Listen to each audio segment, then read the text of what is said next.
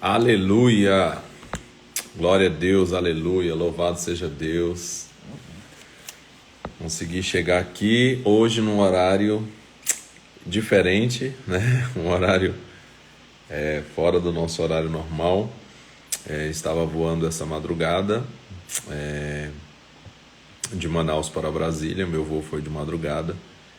E aí chegava só às 7 e pouco no aeroporto.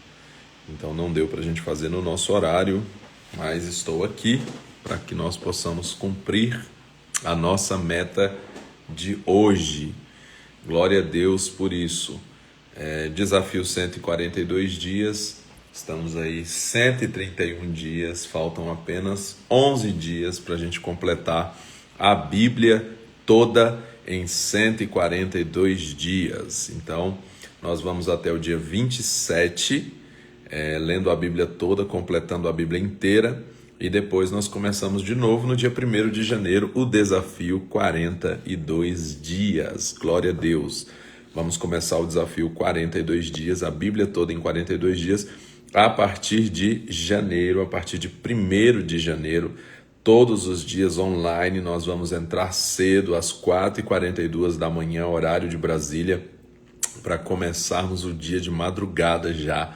Como nós fizemos no início desse ano, nós vamos fazer também no início do ano que vem, começando todos os dias às 4h42 da manhã para lermos a Bíblia toda nos primeiros 42 dias do ano, e as inscrições são gratuitas, com camiseta gratuita para todos os que vencerem, cumprindo as regras aí do desafio. Então, desafio 42 dias, inscrições abertas. Também estão com as inscrições abertas o desafio Leitor Insano, que é o desafio de ler livros, outros livros além da Bíblia, ao longo do ano, pelo menos 3.342 páginas, né? Então, isso aí vai depender dos livros que você escolher. Você pode pegar livros menores e ler mais livros, ou pode pegar livros maiores e ler menos livros, desde que você cumpra aí pelo menos 3.342 páginas de livros inteiramente lidos no ano de 2025. Esse é o desafio Leitor Insano. Outro desafio também que a gente está com as inscrições abertas é o desafio Provérbios todos os dias, que nós vamos agora para o 3º ano consecutivo, que é o desafio de ler um capítulo de Provérbios todos os dias de acordo com o dia. Então hoje, dia 16, nós lemos Provérbios 16, e assim nós lemos o provérbio de cada dia ao longo de todo o ano aí, né? Então esses são os nossos desafios que estão com as inscrições abertas, que você pode participar aí conosco. E hoje nós damos continuidade aqui, estamos em 1 Coríntios, vamos terminar 1 Coríntios e vamos entrar em 2 Coríntios. Pai, eu quero te agradecer, te louvar, te bendizer, te exaltar, Deus. Obrigado pela tua palavra, obrigado pelos tesouros da tua palavra que o Senhor tem revelado aos nossos corações nesses desafios, Deus. Aonde, Deus, o propósito é que a gente nunca perca de vista as tuas palavras, pois como diz Provérbios capítulo 4, verso 22, elas são saúde e vida para todo o nosso ser. E nós queremos todos os dias, Deus, manter-nos neste lugar, guardando a tua palavra, como diz o Salmo 119, no nosso coração, para não pecarmos contra ti, Senhor. Queremos permanecer em ti, obedecendo ao Senhor, seguindo a tua vontade. Que o Senhor nos ajude, Pai, a andar pela lâmpada para os nossos pés e luz para o nosso caminho, que é a tua palavra. Que possamos amar mais a tua palavra, que possamos nos dedicar mais a ela e que possamos nos tornar todos os dias não apenas ouvintes e leitores, mas também praticantes da tua palavra, para que sejamos como aquele que constrói a sua casa sobre a rocha. E mesmo que venham tempos difíceis, tempestades, vendavais, chuvas fortes, nós estaremos inabaláveis, imbatíveis, indestrutíveis, firmados na rocha que é o Senhor Deus, em nome de Jesus Cristo. Eu quero te agradecer, te louvar, te bendizer por mais essa semana que se inicia e por essa reta final do nosso desafio, em nome de Jesus. Amém, amém, amém. Então, vamos lá. 1 Coríntios, capítulo 12. Ora, a respeito dos dons espirituais, não quero, irmãos, que sejais ignorantes. Vós bem sabeis que quando éreis gentios, deixáveis levar-vos aos ídolos mudos, conforme éreis guiados. Portanto, vos quero fazer compreender que ninguém que fala pelo Espírito de Deus diz Jesus é anátema, e ninguém pode dizer Jesus é o Senhor, senão pelo Espírito Santo. Há diversidade de dons, mas o Espírito é o mesmo. E há diversidade de ministérios, mas o Senhor é o mesmo. E há diversidade de operações, mas é o mesmo Deus que opera tudo em todos. A manifestação do Espírito é dada a cada um para o que for útil. A um pelo Espírito é dada a palavra da sabedoria, a outro pelo mesmo Espírito a palavra da ciência, a outro pelo mesmo Espírito fé, a outro pelo mesmo Espírito dons de curar, a outro a operação de milagres, a outro profecia, a outro discernimento de espíritos, a outro variedade de línguas e a outro interpretação de línguas. No entanto, um só é o mesmo Espírito. No entanto, um só e o mesmo Espírito realiza todas essas coisas, distribuindo particularmente a cada um como quer. Assim como o corpo é uma unidade, mas tem muitos membros, e todos os membros, sendo muitos, formam um só corpo, assim é Cristo também. Pois todos nós fomos batizados em um só Espírito, formando um só corpo, quer judeus, quer gregos, quer servos, quer livres, e a todos nós foi dado beber de um só Espírito. Ora, o corpo não é um só membro, mas muitos. Se o pé disser, porque não sou mão, não sou do corpo, não será por isso do corpo? E se a orelha disser, porque não sou olho, não sou do corpo, não será por isso do corpo? Se todo o corpo fosse olho, onde estaria o ouvido? Se fosse todo ouvido, onde estaria o olfato? Deus, porém, colocou os membros no corpo, cada um deles como quis. E se todos fossem um só membro, onde estaria o corpo? Pois há muitos membros, mas um só corpo. O olho não pode dizer à mão, não tenho necessidade de ti, nem ainda à cabeça aos pés, não tenho necessidade de vós. Antes, os membros do corpo que parecem ser mais fracos são necessários, e os que nos parecem menos honrosos no corpo, a esses honramos muito mais, e aos que em nós são menos decorosos, damos muito mais honra, porque os que em nós são mais nobres não têm necessidade disso, mas Deus assim formou o corpo, dando muito mais honra ao que tinha falta dela, para que não haja divisão no corpo, antes tenham os membros igual cuidado uns dos outros. De maneira que, se um membro padece, todos os membros padecem com ele. Se um membro é honrado, todos os membros se regozijam com ele. Ora, vós sois o corpo de Cristo, e individualmente membros desse corpo. A uns pôs Deus na igreja, primeiro apóstolos, em segundo lugar profetas, em terceiro lugar mestres, depois operadores de milagres, depois dons de curar, socorros, governos, variedades de línguas. São todos apóstolos? São todos profetas? São todos mestres? São todos operadores de milagres? Têm todos dons de curar? Falam todos em outras línguas? Interpretam-nas todos? Portanto, procurai com zelo os melhores dons. E agora eu vos mostrarei o caminho mais excelente. 1 Coríntios capítulo 13. Então ele terminou 12 falando sobre o caminho mais excelente, e no 13 ele vai revelar esse caminho que é o amor. Então 1 Coríntios 13 é o famoso capítulo sobre o amor, que em algumas traduções está, ao invés de amor, a palavra caridade, porque aqui não se trata de um amor de sentimento simplesmente, mas de atitude, né? Um amor que vai muito além de um sentimento. 1 Coríntios capítulo 13. Ainda que eu falasse as línguas dos homens e dos anjos, se não tivesse amor, seria como metal que soa ou como o sino que tine. Ainda que eu tivesse o dom de profecia e conhecesse todos os mistérios e todo o conhecimento, e ainda que eu tivesse toda a fé, de maneira tal que transportasse os montes, se não tivesse amor, nada seria. E ainda que distribuísse toda a minha fortuna para o sustento dos pobres, e que entregasse o meu corpo para ser queimado, se não tivesse amor, nada disso me aproveitaria.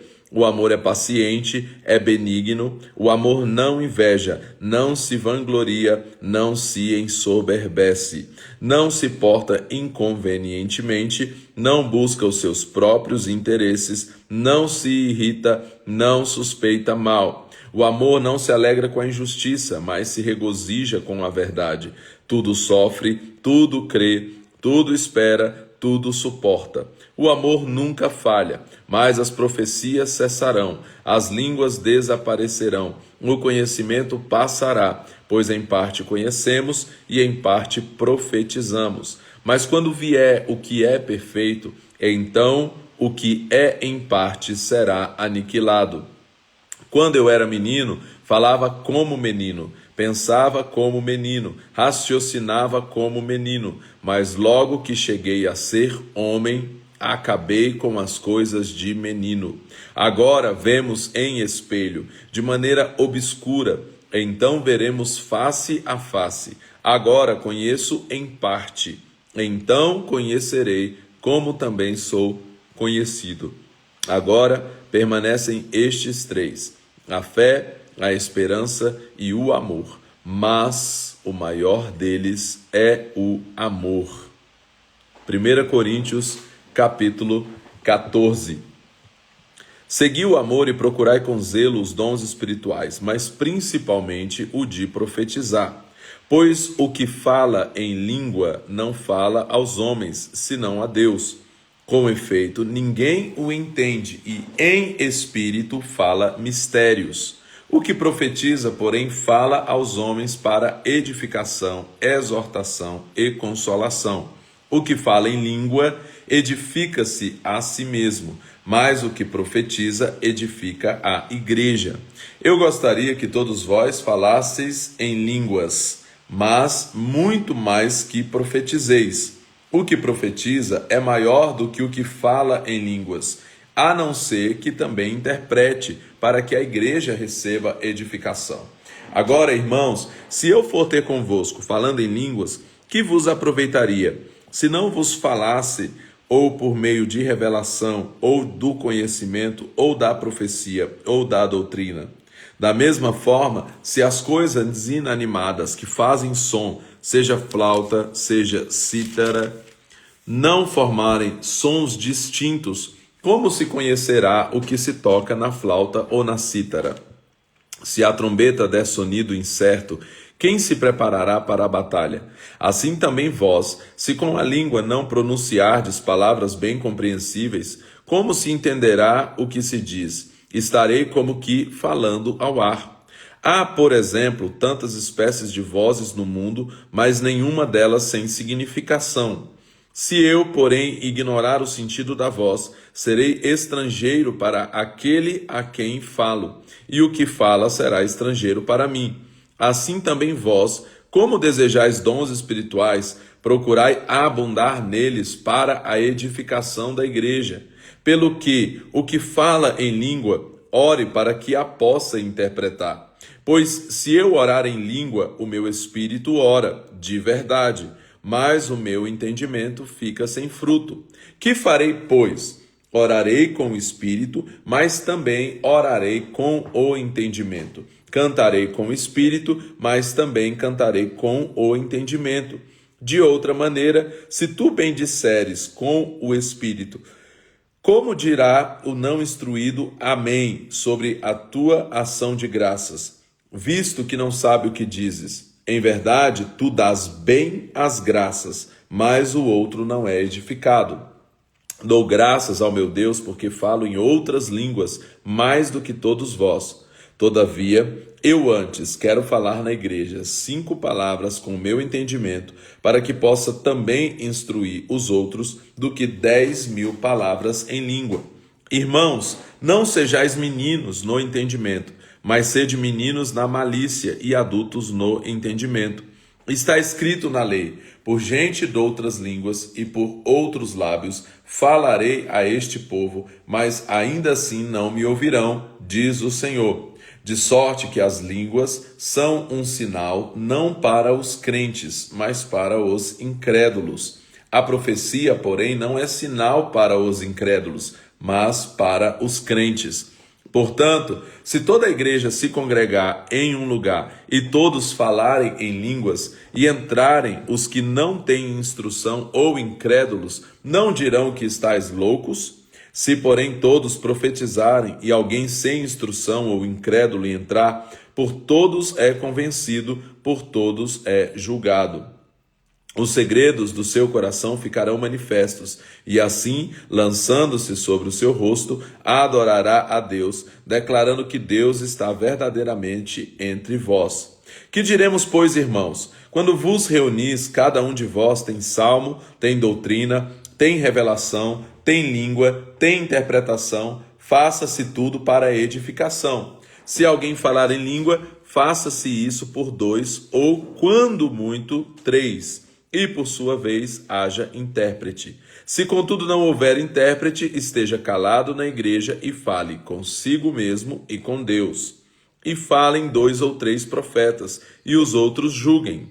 Se, porém, a outro que estiver assentado for revelada alguma coisa, cale-se o primeiro, pois todos podereis profetizar uns depois dos outros, para que todos aprendam e sejam consolados. Os espíritos dos profetas estão sujeitos aos próprios profetas, pois Deus não é Deus de confusão, senão de paz. Como em todas as igrejas dos santos, as mulheres estejam caladas nas igrejas. Não lhes é permitido falar, mas estejam submissas, como também ordena a lei. Se porém querem aprender alguma coisa, interroguem em casa a seu próprio marido, pois é vergonhoso que as mulheres falem na igreja. Saiu dentre vós a palavra de Deus, ou veio ela somente para vós? Se alguém cuida ser profeta ou espiritual, reconheça que as coisas que vos escrevo são mandamentos do Senhor. Se, porém, alguém ignora isso, ele mesmo será ignorado. Portanto, irmãos, procurai com zelo profetizar, e não proibais o falar em línguas. Faça-se, porém, tudo com decência e ordem, né? Então, esse capítulo 14 aqui, ele é um tratado, né, sobre a questão da oração em línguas, do falar em línguas e também sobre o profetizar. Então ele começa, aqui a gente tem uma trilogia que começa no 12 falando dos dons espirituais, no 13 passando pelo amor, que é o maior de todos os dons, e depois no 14 ele completa aí falando sobre a questão das línguas e da profecia. E ele deixa bem claro algumas coisas aqui, né? A gente pode perceber claramente aqui algumas coisas, por exemplo, que as línguas não se tratava simplesmente de falar idiomas, né? Porque a gente vê aqui que Paulo está dizendo que quando você fala em línguas, você não fala homem porque ninguém te entende. Então, se é aqui, ela é um pouco diferente daquilo que aconteceu lá em Pentecostes. Apesar de que em Pentecostes alguns entendem, né, como por exemplo Luciano Subirá mesmo no livro dele, ele fala isso, que na verdade o que houve ali foi que aqueles que ouviram eles falando em suas próprias línguas. Então não significa que eles estavam falando idiomas, mas que aqueles que os ouviam falando ali em suas próprias línguas, porque é isso que o texto diz. Agora no 1 Coríntios 14 a gente entende que ele não está falando dessa forma, ele está falando de uma linguagem de oração que é para a sua edificação pessoal, que não é para comunicação, né? Que não é falar um idioma conhecido, mas é falar um idioma que é falar em mistérios, de forma que ninguém entende, né? Então, a gente vê o papel da oração em línguas aqui dentro desse capítulo como edificação pessoal, como uma oração criptografada, como eu costumo dizer, que ninguém entende, né? Então, a gente entende que nem o diabo entende aquilo que a gente está falando quando a gente está falando em línguas. É uma comunicação direta do Espírito com o Espírito, e nem a nossa carne, nem a nossa mente entende, a nossa mente fica infrutífera, e ela tem um propósito de nos edificar. Então Paulo está dizendo aqui, olha, não tem para que vocês todos ficarem falando em línguas, né, dentro de um culto, a não ser que você esteja fazendo isso para se edificar, é você a sós com Deus ali, né? Você sozinho. Ele fala que se não tiver quem interprete, então fique você falando somente com Deus ali, você, né? Ele fala que esteja calado e fale consigo mesmo e com Deus, né? Então, se você não tem quem interprete, você vai ficar falando ali em línguas só para sua edificação, porque é isso que o texto diz. Mas ele deixa bem claro que mais importante do que falar em línguas é o profetizar. Por quê? Porque Paulo sempre tinha esse coração voltado para os outros, né? Voltado para edificação, para alcançar pessoas, para ganhar vidas, para transformar pessoas. Então Paulo está ali dizendo, olha, mais importante do que você ficar falando em línguas que te edifica, é você poder edificar outras pessoas, né? Então isso ainda é mais excelente. Então a oração em línguas ela tem um papel de nos edificar, de nos fortalecer, de uma comunicação direta com Deus, né, de nos ajudar a ter uma vida de oração. Porém, ela, né, mais do que isso, a gente precisa ir além disso, entender a importância de profetizar, de falarmos palavras que as pessoas possam compreender para edificar a vida delas. E isso fica muito claro aqui no texto de 1 Coríntios 14. 1 Coríntios 15 agora. Ora, irmãos, desejo lembrar-vos o evangelho que já vos tenho anunciado, o qual recebestes e no qual permaneceis, pelo qual também sois salvos, se o retendes, tal como o anunciei, se não é que crestes em vão. Antes de tudo vos entreguei o que também recebi, que Cristo morreu por nossos pecados, segundo as Escrituras. Foi sepultado e ressurgiu ao terceiro dia, segundo as Escrituras. Em seguida foi visto por Cefas e depois pelos 12. Depois foi visto uma vez por mais de 500 irmãos, dos quais vive ainda a maior parte, mas alguns já morreram. Depois foi visto por Tiago, depois por todos os apóstolos, e por último de todos apareceu também a mim, como a um que nasceu fora do tempo. Pois eu sou o menor dos apóstolos, que mesmo não sou digno de ser chamado apóstolo, porque persegui a igreja de Deus. Pela graça de Deus, porém, sou o que sou, e a sua graça para comigo não foi vã. Antes trabalhei muito mais do que todos eles. Todavia não eu, mas a graça de Deus que está comigo. Então, seja eu, sejam eles, assim pregamos e assim crestes. Ora, se pregamos que Cristo foi ressuscitado dentre os mortos, como dizem alguns de vós que não há ressurreição de mortos? E se não há ressurreição de mortos, também Cristo não ressurgiu. E se Cristo não ressurgiu, logo é vã a nossa pregação, e também é vã a nossa fé. Somos considerados como falsas testemunhas de Deus, pois testificamos contra Deus que ressuscitou a Cristo, ao qual, porém, não ressuscitou, se na verdade os mortos não são ressuscitados. Pois se os mortos não são ressuscitados, também Cristo não foi ressuscitado. E se Cristo não foi ressuscitado, é vã a vossa fé, e ainda permaneceis nos vossos pecados. E também os que dormiram em Cristo estão perdidos. Se esperamos em Cristo só nesta vida, somos os mais infelizes de todos os homens. Se de fato, porém, Cristo ressurgiu dentre os mortos e foi feito as primícias dos que dormem, pois assim, repetindo 20, se de fato, porém, Cristo ressurgiu dentre os mortos e foi feito as primícias dos que dormem, pois assim como a morte veio por um homem, também a ressurreição dos mortos veio por um homem.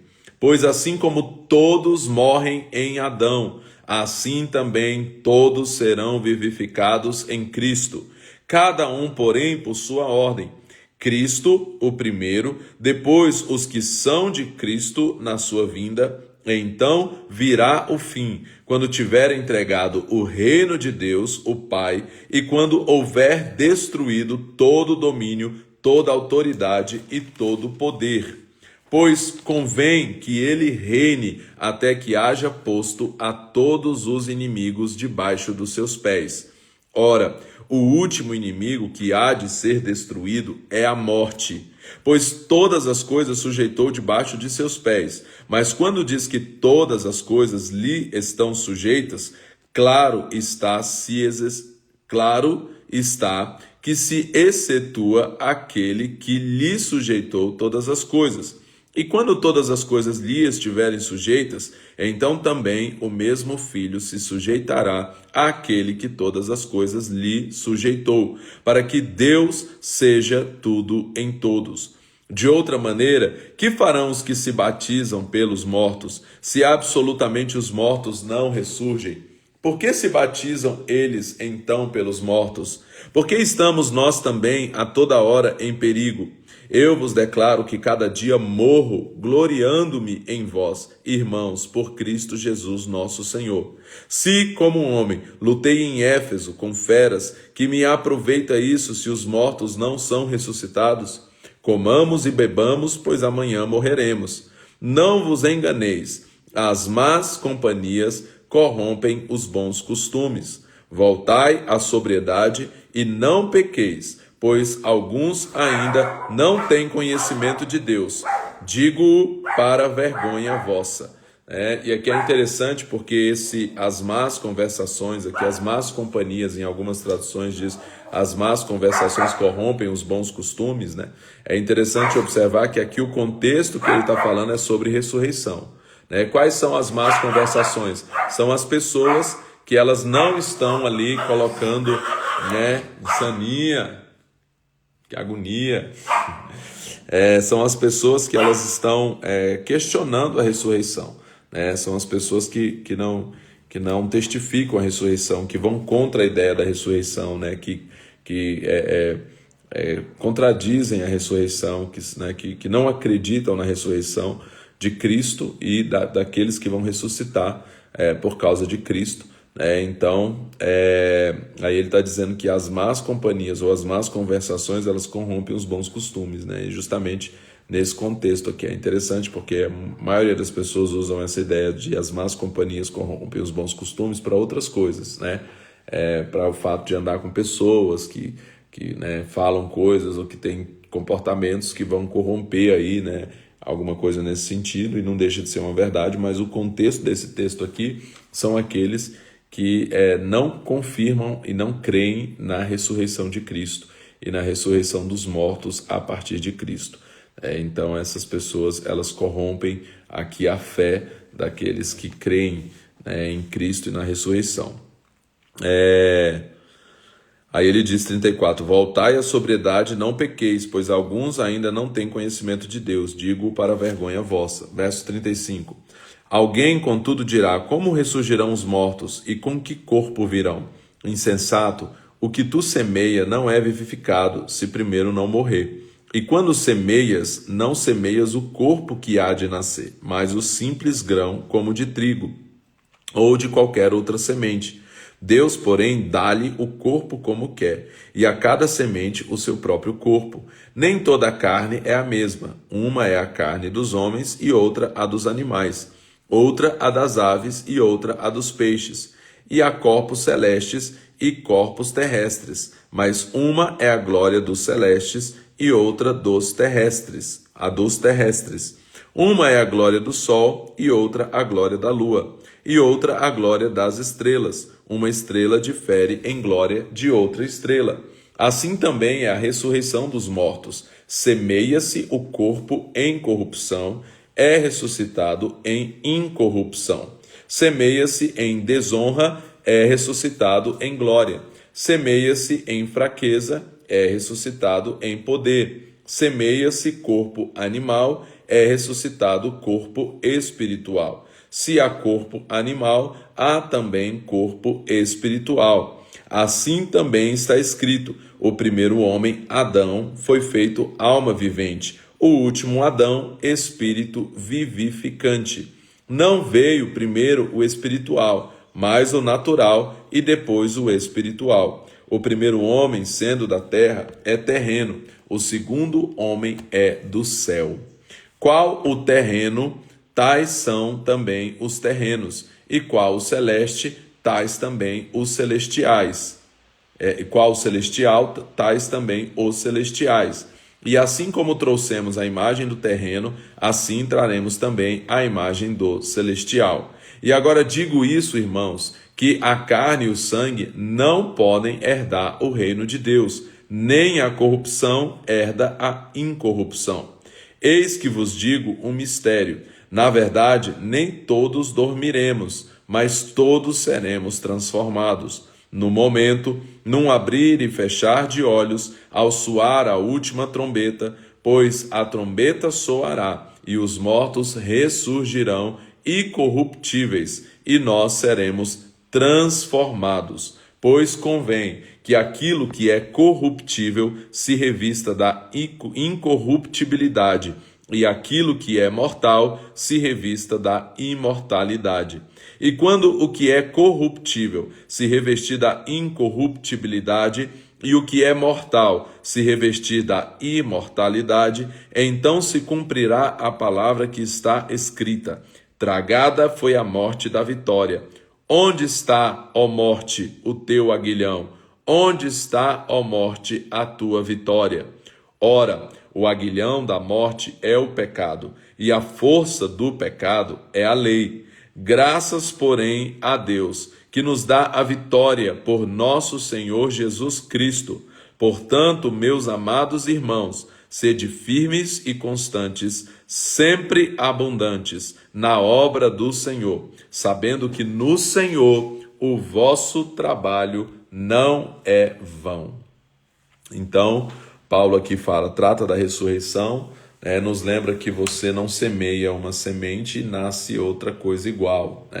A semente tem um corpo que é ali destruído para dar lugar a algo muito maior, muito mais incrível, que é a planta que vai nascer a partir daquela semente.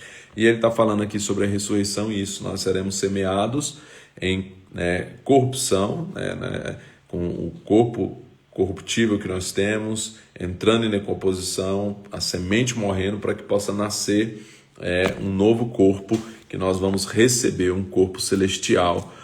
Nós em Cristo vamos receber isso em nome de Jesus. E aí ele completa dizendo que nós precisamos nos lembrar que nós devemos ser sempre abundantes na obra do Senhor, porque no Senhor o nosso trabalho não é vão. E é interessante porque o contexto que ele vem falando é sobre ressurreição, e aí ele completa dizendo sobre isso. Então entenda que você tem uma vida eterna, você vai viver além dessa vida aqui, e vai valer a pena todo esforço, todo sacrifício que você estiver fazendo. Então seja constante, seja abundante no Senhor, porque não é vão, porque nós recebemos a recompensa não só nessa vida, mas principalmente na eternidade.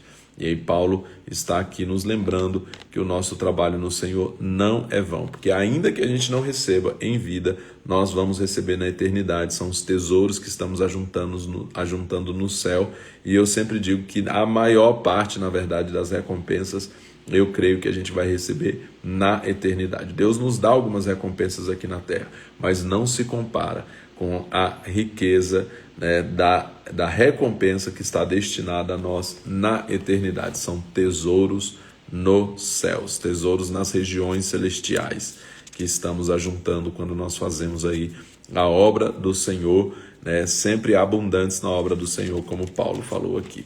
1 Coríntios, então, capítulo 16, último capítulo de 1 Coríntios. Ora, quanto à coleta para os santos, fazei vós também o mesmo que ordenei às igrejas da Galácia. No primeiro dia da semana, cada um de vós ponha à parte o que puder ajuntar, conforme a sua prosperidade, para que não se façam as coletas quando eu chegar.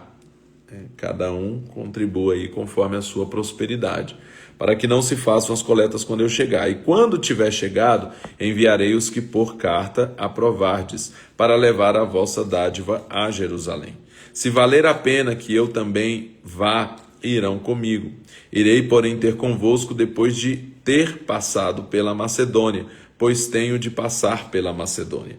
Bem pode ser que fique convosco e passe também o inverno, para que encaminheis para onde quer que eu for.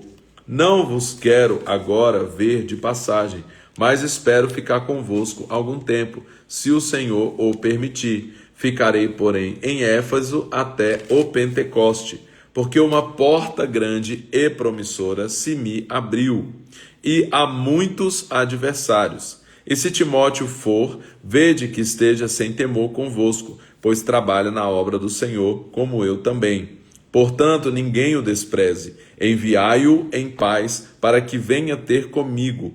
Eu o espero com os irmãos. Acerca do irmão Apolo, roguei-lhe muito que fosse com os irmãos ter convosco. Na verdade, não teve vontade de ir agora, mas irá quando se lhe ofereça boa oportunidade. Vigiai, estai firmes na fé, portai-vos varonilmente, fortalecei-vos, fazei todas as vossas obras com amor.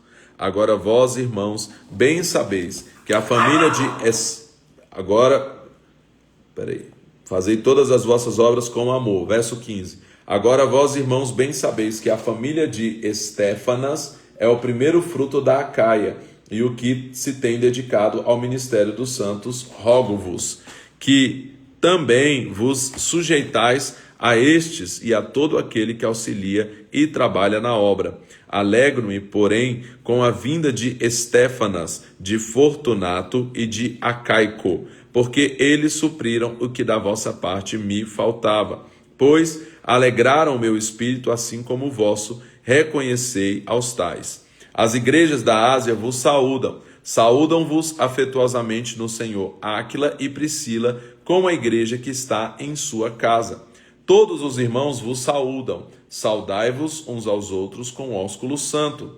Esta saudação é do meu próprio punho, Paulo. Se alguém não ama ao Senhor Jesus Cristo, seja amaldiçoado. Vem, Senhor, a graça do Senhor Jesus Cristo seja convosco. O meu amor seja com todos vós em Cristo Jesus. Amém. Então aqui Paulo completa a sua carta, sua primeira carta aos Coríntios. Nós completamos aqui os 16 capítulos desta primeira carta. Segunda carta aos Coríntios. A segunda carta aos Coríntios foi escrita 1 ano depois da primeira, a essa mesma igreja. A aflição espiritual de Paulo era grande, pois além dos problemas de que precisou tratar em sua própria carta na igreja, agora havia se estendido uma onda de desconfianças em relação ao próprio Paulo. Alguns diziam que ele não era sincero, outros até questionavam se tinha autoridade apostólica. Consequentemente, Paulo aqui defende sua autoridade, colocando diante da desconfiada igreja as evidências de sua sinceridade no serviço a Deus. Assim, essa epístola é fortemente pessoal e autobiográfica. Aqui, então, há uma quantidade incomum de palavras que expressam sofrimentos na mente, no coração e no corpo. Aflições, angústia, apedrejado, atribulado, jejuns, açoites, fraco, fraqueza, fome, choro, perseguido, tribulações, tristeza, tumultos. Ao mesmo tempo, as palavras consolação e consolado são usadas aqui mais do que em outros escritos paulinos. Além disso, palavras como alegria, regozijo e triunfo também são proeminentes. Nenhum cristão poderia igualar os sofrimentos e as realizações registradas nos capítulos 10 até o 12, né? Então aqui a gente tem esses relatos do apóstolo Paulo, inclusive do seu espinho na carne, inclusive da igreja de Corinto falando mal dele, né? A gente vê tudo isso aqui nessa segunda carta aos Coríntios. 2 Coríntios, capítulo 1. Paulo, apóstolo de Jesus Cristo, pela vontade de Deus, e o irmão Timóteo, a igreja de Deus que está em Corinto, com todos os santos que estão em toda a Acaia. Graça a vós e paz da parte de Deus, nosso Pai, e do nosso Senhor Jesus Cristo.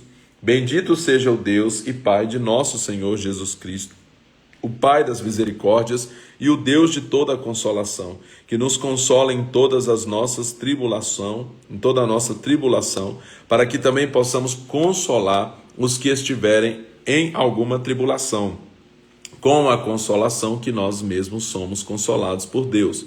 Pois como as aflições de Cristo transbordam para conosco, assim também a nossa consolação transborda por meio de Cristo. Se somos atribulados, é para a vossa consolação e salvação. Se somos consolados, para a vossa consolação é, a qual se opera suportando com paciência as mesmas aflições que nós também padecemos. A nossa esperança acerca de vós é firme, e sabendo que, como sois participante das aflições, assim o sereis também da consolação. Não queremos, irmãos, que ignoreis a tribulação que nos sobreveio na Ásia. Fomos sobremaneira agravados, mais do que podíamos suportar, de tal modo que até da vida desesperamos. De fato, já em nós mesmos tínhamos a sentença de morte, para que não confiássemos em nós, mas em Deus que ressuscita os mortos, o qual nos livrou e em quem esperamos que ainda nos livra de tão grande morte, ajudando-nos também vós com orações por nós, para que por muitas pessoas sejam dadas graças a nosso respeito, pelo dom que nos foi concedido por meio de muitos. Ora, a nossa glória é esta, o testemunho da nossa consciência, de que com simplicidade e sinceridade de Deus, não com sabedoria humana, mas na graça de Deus, temos vivido no mundo e especialmente para convosco. Pois nenhuma outra coisa vos escrevemos, senão as que já sabeis ou reconheceis, e espero que até o fim as reconhecereis, como também já em parte reconhecestes em nós, que somos a vossa glória, como igualmente vós sereis a nossa no dia do Senhor Jesus. Com essa confiança quis primeiro ir ter convosco, para que tivesseis duplo benefício. Pensava ir visitar-vos em minha viagem à Macedônia, e ao retornar de lá, e outra vez ter convosco, e ser guiado por vós a Judéia. Ora, planejando isso, usei de leviandade? Ou será que o que planejo o faça de forma mundana, e há em mim o sim e o não? Antes, como Deus é fiel, a nossa palavra para convosco não é sim e não. 18. Antes, como Deus é fiel, a nossa palavra para convosco não é sim e não. Pois o Filho de Deus, Jesus Cristo, que entre vós foi pregado por nós, isto é, por mim, Silvano e Timóteo, não foi sim e não, mas nele houve sim. Pois, quantas promessas há de Deus, tantas tem em Cristo o sim e por ele o amém, para a glória de Deus, por nosso intermédio. Aquele, porém, que nos ungiu e confirma convosco em Cristo é Deus, o qual também nos selou e deu o penhor do Espírito em nosso coração.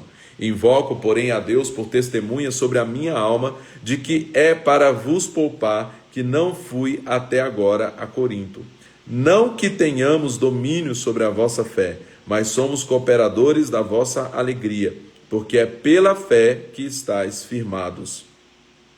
2 Coríntios capítulo 2. Resolvi, por isso, não lhes fazer outra visita que nos causasse tristeza, pois se eu vos entristeço, quem é que me alegrará, senão aquele que por mim foi entristecido? E escrevi-vos isso mesmo para que, quando lá for, não tenha tristeza da parte dos que deveriam alegrar-me. Tenho confiança em vós, todos, que a minha alegria é a de todos vós.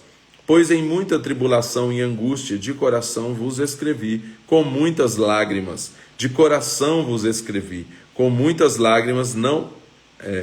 repetido aqui, eu li repetido. Verso 4, repetindo. Pois em muita tribulação e angústia de coração vos escrevi, com muitas lágrimas, não para que vos entristeceis, mas para que conheceis o amor que abundantemente vos tenho. Se alguém me entristeceu, não entristeceu só a mim, mas para que não seja por demais severo a todos vós. Basta-lhe ao tal esta repreensão feita pela maioria. De maneira que, pelo contrário, deveis antes perdoar-lhe e consolá-lo, para que o tal não seja de modo algum consumido por demasiada tristeza. Pelo que vos rogo que confirmeis para com ele o vosso amor. E para isso vos escrevi também, para por esta prova saber se sois obedientes em tudo. E a quem perdoardes alguma coisa, também eu perdoo. E o que eu perdoei, se é que tenho perdoado, por amor de vós o fiz na presença de Cristo, para que não sejamos vencidos por Satanás, pois não ignoramos os seus ardis. Ora, quando cheguei a Troade para pregar o evangelho de Cristo, e uma porta se me abriu no Senhor, não tive descanso no meu espírito, porque não achei ali meu irmão Tito, de sorte que, despedindo-me deles, parti para a Macedônia. Graças, porém, a Deus, que sempre nos faz triunfar em Cristo, e por meio de nós manifesta em todo lugar o cheiro do seu conhecimento. Pois para Deus somos o bom perfume de Cristo, tanto nos que se salvam, como nos que se perdem. Para estes, certamente, cheiro de morte para a morte, mas para aquele cheiro de vida para a vida. Mas para estas coisas, quem é idôneo? Nós não somos, como muitos, falsificadores da palavra de Deus. Antes, falamos de Cristo com sinceridade, como de Deus na presença de Deus. 2 Coríntios capítulo 3. Começamos outra vez a louvar-vos a nós mesmos? É uma pergunta, né? Repetindo. 3:1, 2 Coríntios 3:1.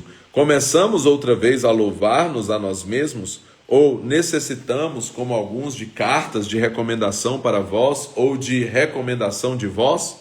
Vós sois a nossa carta, escrita em nosso coração, conhecida e lida por todos os homens. Já é manifesto que vós sois a carta de Cristo, ministrada por nós e escrita não com tinta, mas com o Espírito do Deus vivo, não em tábuas de pedra, mas nas tábuas de carne do coração.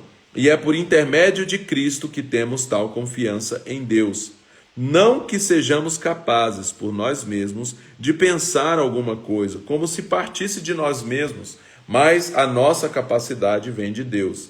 Ele nos fez também capazes de ser ministros de uma nova aliança, não da letra, mas do Espírito, pois a letra mata, mas o Espírito vivifica. E se o ministério da morte, gravado com letras em pedras, veio em glória, de maneira que os filhos de Israel não podiam fitar os olhos na face de Moisés, por causa da glória do seu rosto, ainda que desvanecente, como não será de maior glória o ministério do Espírito? Se o ministério da condenação foi glorioso, muito mais excederá em glória o ministério da justiça. Pois o que foi glorioso não o é em comparação com glória insuperável. E se o que desvanecia teve sua glória, muito mais glória tem o que permanece. Portanto, tendo tal esperança, usamos de muita ousadia no falar. E não somos como Moisés, que punha um véu sobre a sua face, para que os filhos de Israel não contemplassem o fim daquilo que desvanecia. De fato, seus sentidos foram endurecidos, pois até hoje a leitura da antiga aliança permanece o mesmo véu. Repetindo, verso 14. De fato, seus sentidos foram endurecidos, pois até hoje a leitura da antiga aliança permanece o mesmo véu. Não foi removido, porque somente em Cristo é ele abolido. E até hoje, quando é lido Moisés, o véu está posto sobre o coração deles. Quando, porém, um deles se converte ao Senhor, então o véu é-lhe tirado. Ora, o Senhor é o Espírito, e onde está o Espírito do Senhor, aí há liberdade. E todos nós, com o rosto descoberto, refletindo a glória do Senhor, somos transformados de glória em glória na mesma imagem, como pelo Espírito do Senhor. É isso, glória a Deus. Então Paulo aqui vai reforçando esse entendimento de que nós estamos hoje numa aliança superior, que aquilo que teve um propósito, que foi o período ali da condenação da lei, cumpriu o seu propósito, e agora nós estamos numa glória maior revelada através de Cristo na nova aliança. Então Paulo vai reforçando sobre isso aqui nos seus escritos, né? Então hoje nós vamos até aqui, desafio 142 dias, nós estamos aí Faltando 11 dias apenas para a gente concluir o desafio, 142 dias, a Bíblia toda, que começamos em agosto e vamos terminar agora no dia 27 de dezembro. E no dia 1º de janeiro, começarmos aí mais um desafio, 42 dias, a Bíblia toda em 42 dias. As inscrições estão abertas no nosso site. Deus abençoe vocês e até amanhã. Amanhã nós voltamos, no nosso horário insano de 5h42 da manhã, horário de Brasília. Então amanhã, 5h42 da manhã, nós estamos juntos aí dando continuidade ao desafio 142 dias. Deus abençoe a sua vida e até amanhã, em nome de Jesus.